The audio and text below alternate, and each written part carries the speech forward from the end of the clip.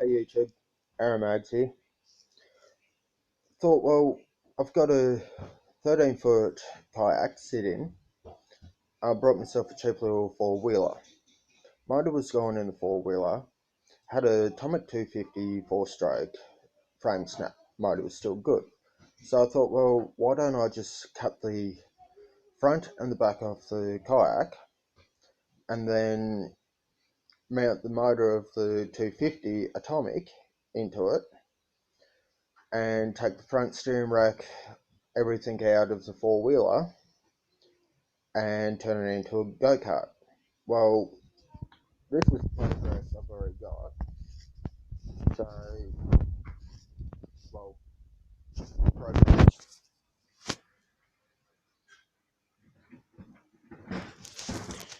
Excuse the mess in the background.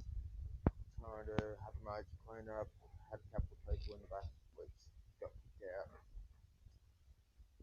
So, hope you enjoyed the video. I will have more updates. I'll be taking photos, putting them into a video. Follow me.